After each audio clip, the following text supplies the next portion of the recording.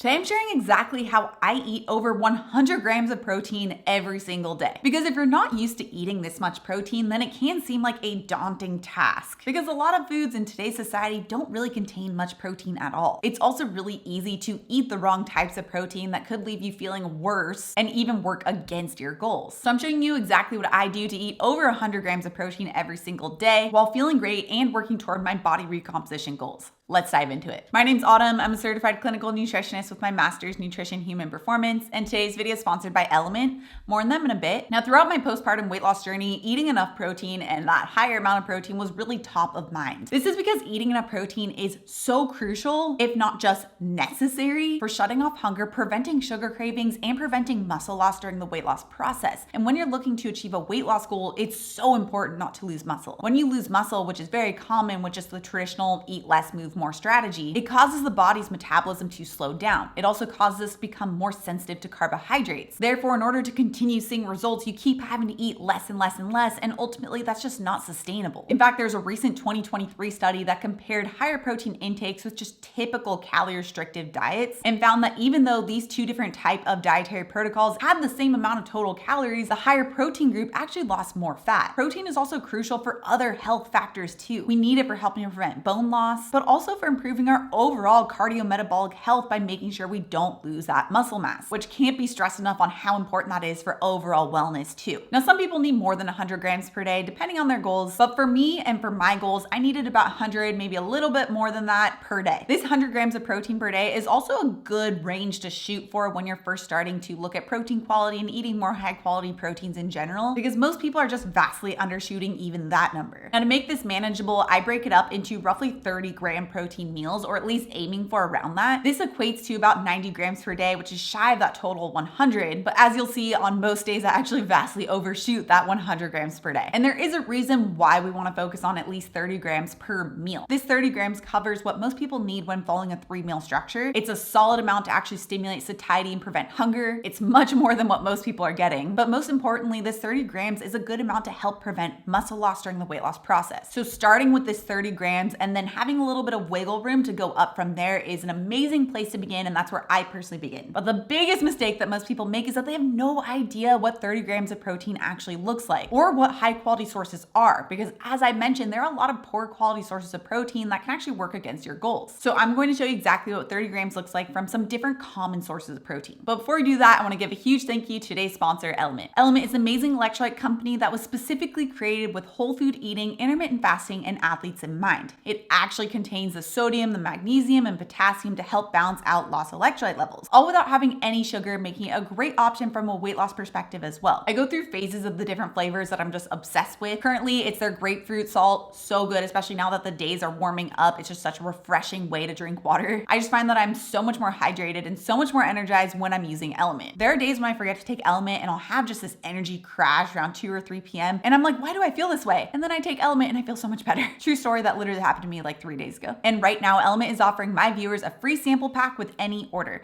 That's 8 single-serve packets free with any Element order. It's a really great way to test out all 8 flavors, so you can get yours at drinkelement.com/autumn. It's only available through my link, so make sure to check out DRINKLMNT.com/autumn. The link will also be in the description down below. So I do have a full list of different proteins and the amounts. I'll have that in a blog post linked down description below if you want a really full in-depth list. But I'm a visual person. I know a lot of people are visual people, so I wanted to show you some while drinking my coffee because I haven't finished it yet. Okay, so first up, I'm gonna show you beef. I use a lot of ground beef, so much ground beef. It's like my absolute staple. It's a really high quality source of protein, super rich in a lot of essential nutrients. It's a complete protein. It's also really high in selenium, which is really important for liver health, and obviously one of the best sources for iron. Now, there's a couple confusing things that I wanted to clear up right off the bat because I see these questions all the time. First is for my non-US peeps. Because other places outside of the US measure things in grams and not in ounces, when I say things like 30 grams of protein, protein, it's often misconstrued that I'm talking about the weight of beef or the weight of chicken, which for my US peeps, 30 grams of like, let's say chicken or beef is only roughly a little over an ounce. So you can see why a lot of people in other places are like, Autumn, that is not that much protein. I'm eating that every single day. When in reality, you need about 4 times that. Something like beef is not just pure protein. There are other things in there. There's some fat, there's some cholesterol, there's some water, all things that are going to take up weight, which is why I want to show you what that actually looks like. The other confusing thing, you need to know roughly what 30 grams of protein looks like from a cooked or a raw source. Because part of that weight is water, you actually lose a lot of weight through the cooking process. So you can see here it says 4 ounces of this beef has 22 grams of protein. But if you're to look up on like some type of calorie tracker app, which I don't really recommend, but just as an example, it usually uses the cooked weight. So when you look up 4 ounces of cooked beef, it says that that is roughly 30 grams of protein. Usually we're going to lose about a quarter of the weight. So this will drop down to like 3 ounces if you're cooking 4 ounces. So to make this 30 grams, if you're measuring it raw, you'll actually want closer to about 5 ounces, maybe a little bit more. So let me show you what 5 ounces looks like. You can see here, I have the full thing. It says it's roughly 16 ounces, which is great. I didn't get shorted. This is one of those 1 pound containers. So I'm just gonna take some of that off. Now we're at 8 ounces, take a little bit more out, 7, a little bit more, 5.2. Okay.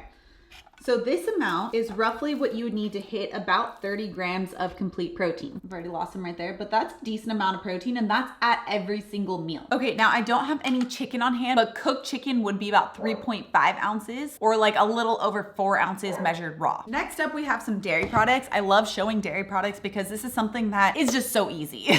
Because it doesn't require any cooking, you can literally just dump this out of the container and you're ready to eat. But you do need to make sure you're eating the right amount. Now, the amount you need from cottage cheese will depend on the brand, but you're going to need roughly about 1 1/4 cup. So I'm gonna measure this out just so you can see. So it's hard to tell because I got a little messy right there, but this is roughly 1 1/4 cups. Let's actually see by weight how much this is. Honestly, for my own curiosity as well. So you can see that for that 1 1/4 cups that I measured, it's about 9 ounces. Let's change it to grams. If you're not in the US and you're measuring your cottage cheese, it's about 259 grams of cottage cheese. So you can see how when you change the units between ounces and grams, these are both going to reflect that 30 grams of complete protein from cottage cheese. Pro tip, I like to just get these containers that are a little bit larger. Some brands come in even larger containers, and then I just usually split it in half, and that's going to give me roughly about 30 grams of complete protein. Now, if you're like my husband and you hate cottage cheese and the texture of it, which I can't understand because I love it, it's so good, you could use Skyr. Skyr is actually higher in protein than just regular Greek yogurt. It's significantly higher in protein than regular yogurt. You'll need about roughly that same 1 1/4 cup to have 30 grams of complete protein from Skyr, but just make sure you're not getting typical regular unstrained yogurt if you're actually using it for protein, because to get 30 grams from regular yogurt, you would need about 3 3/4 cups of yogurt. Pretty much 2 of these at 1 meal for 30 grams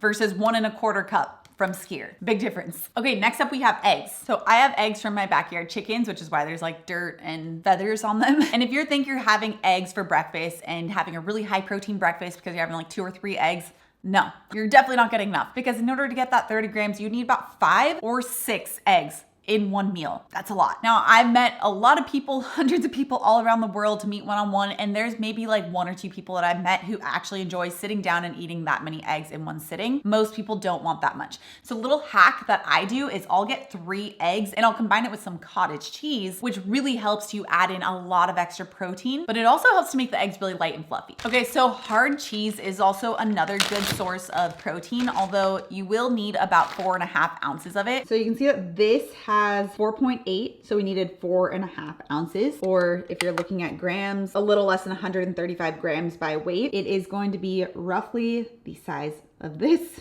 Don't mind those little specks. That's because I was making something with beets and it stained the cheese. But this is a lot of cheese. So you can combine cheese with eggs or with other meals in order to up the protein content. You don't need to get it all from just one source. In fact, there are brands like Outer Isle that makes cauliflower thins that are so good and combines Parmesan with eggs, as well as cauliflower, obviously. And each of their servings has, I think, 10 grams of complete protein because it's combining it from both eggs and Parmesan, which is often something I'll do as well. I'm not always getting all of my protein from one singular ingredient item. Might be from a couple sources. Like I might combine my protein powder with Skyr, which, speaking of, my protein powder is another one that I use a lot of. I literally never just have it on its own. I'm always combining it with other whole food sources of protein.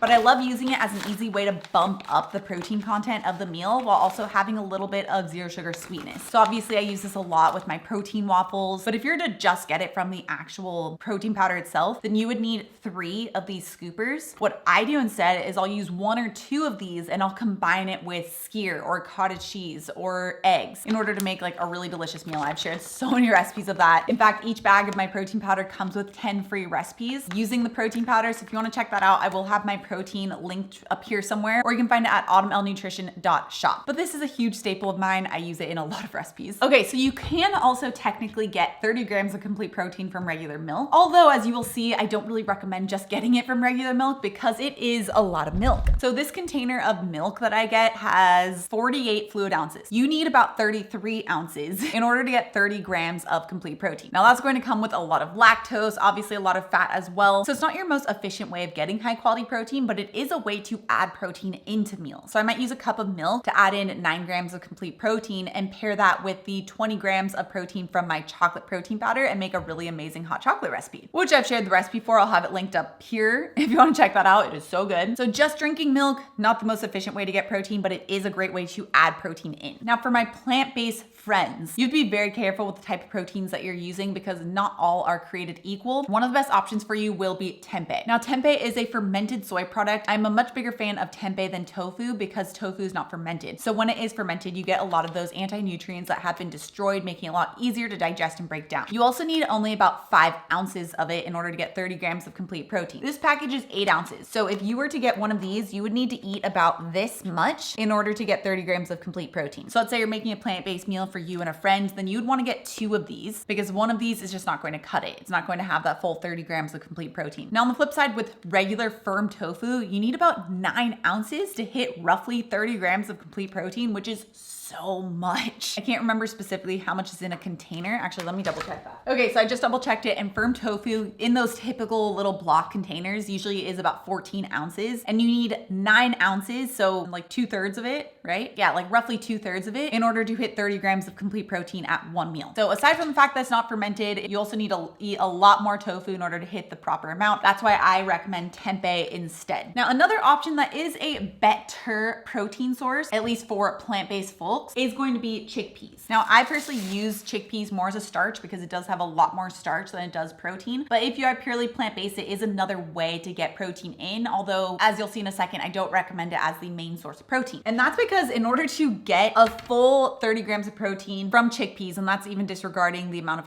amino acids, which we won't get into right now, you will need a heaping 2 cups worth. Okay, so this isn't even 2 cups. I'm cooking some chickpeas in order to make some hummus to go along with the meal. I definitely overcooked these ones. It's a little squishy. It'll still be good. This would be how much chickpeas you have to eat in one sitting to hit roughly 30 grams of protein at a meal, which also comes with over 60 net carbs. So if you're carb sensitive, you can see where just having chickpeas is not an ideal option. And then the last one I wanted to show you is canned tuna. Now, I love canned tuna because it also is one that you don't have to cook, and each can has over 40 grams of complete protein. So I might have like a tuna salad that uses a full can. I'm getting 43 grams there. Maybe I'm having cottage cheese at lunch. I'm getting 30 grams there. And then at dinner, Trevor and I usually split a half pound of meat, which is going to be roughly about 48 grams of complete protein. You can see where some meals are going to have a little bit more than 30 grams, some will be right at 30 grams, and that's how I personally am always going to be hitting over 100 grams per day. But by first having that basic understanding of what 30 grams looks like from different sources, it makes it so much easier to actually hit those protein needs. Which if you guys want to see what I eat in a day, which includes these higher protein meals, you can check out this video next. Also, if you're new to my channel and you love this science-backed information, make sure you subscribe right here. Come out new videos every Tuesday and Thursday. All right, guys, thanks so much for tuning in, and I'll see you in my next video.